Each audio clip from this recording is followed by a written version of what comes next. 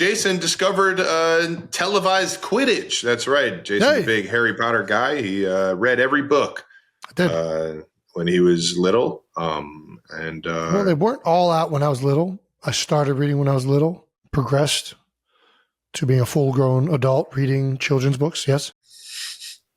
Well, you were tweeting that ESPN News had Quidditch games on TV. This is correct. They did have, so they were calling it Quadball. I firmly against it being called Quadball. That's Quidditch. What's happening was they had a stick between their legs.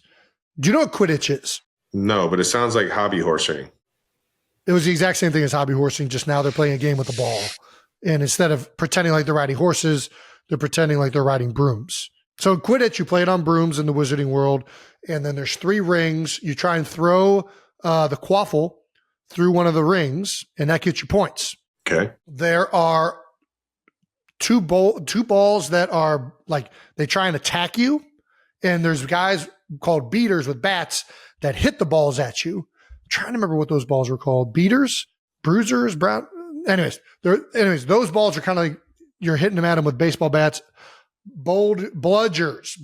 All right. The last bit of Quidditch is really there's also goaltenders protecting these rings. There is a little thing called a snitch, which is a golden ball with wings, and it flies around. It's really hard to catch, and there is a seeker for each team that tries to catch the snitch. If you catch the snitch, I forget, it's like 100 points or something like that. So basically, in the real Quidditch, whoever catches the snitch wins the game most frequently. So it has nothing to do. So why do people even try and throw in the rings? Well, there is like a little bit of, if you're over 100 points, you would be in a conundrum of, if you're losing, you wouldn't want to catch the snitch because the game's over if the snitch is caught. So if you catch the snitch, you'll get 100 points, but you'll still be losing points wise. It's just usually that wasn't the case in the books. Usually Harry just caught the snitch and he won the game. The real life version of this has men and women. It is a, what's that called when men and women play the same sport? Co-ed. It's a co-ed sport. They have a stick between their legs. Big problem I had was that it was not an actual broom. If we're going to do this make-believe stuff and bring it to life, I want a real broom, wizard clothes. I don't want regular jerseys and a make-believe stick. Yeah. If we're going to LARP, you got to go full go. Exactly. Somebody responded and said that the bristles were causing like chafing or irritation. Don't give a fuck. That's something you got to deal with. Wear some fucking compression shorts. Get some I don't goat know. powder. Yeah. I don't want to hear that nonsense. Put a goddamn broom between your legs. Otherwise, what are we even doing? Right? They still had the quaffle. People were throwing that through. Goaltender. Instead of the beaters beating with bats, they had the balls. They were playing dodgeball, right? So they could just hit people with the ball whenever they wanted to, which was pretty fun. The funniest goddamn part of this whole thing, the snitch, was just a person with a yellow shirt on and the word snitch written down his clothes.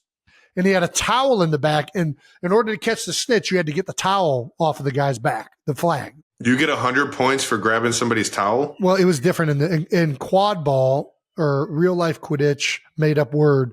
You only get 30 points. So the snitch is worth way less. So not as fun. I think if I played, I'd get that snitch in a heartbeat. That guy was struggling. He was getting like passed off. The seeker that was trying to get it was just getting pass blocked and he like had no moves. Like, dude, fucking, you got to get a little swim and fucking get his hands off of you. It was embarrassing. It took him a long time to get that snitch.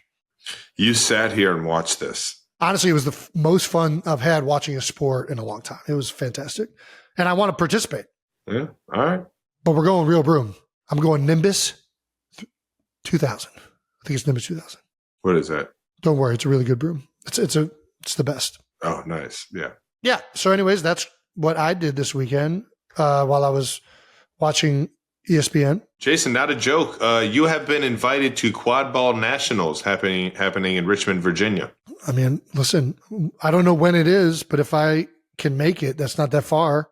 I would love to potentially play. Is there like an exhibition before the Nationals game that I can partake in? I would love to try and get out there on a broom and see what I can do. I've always wanted to play.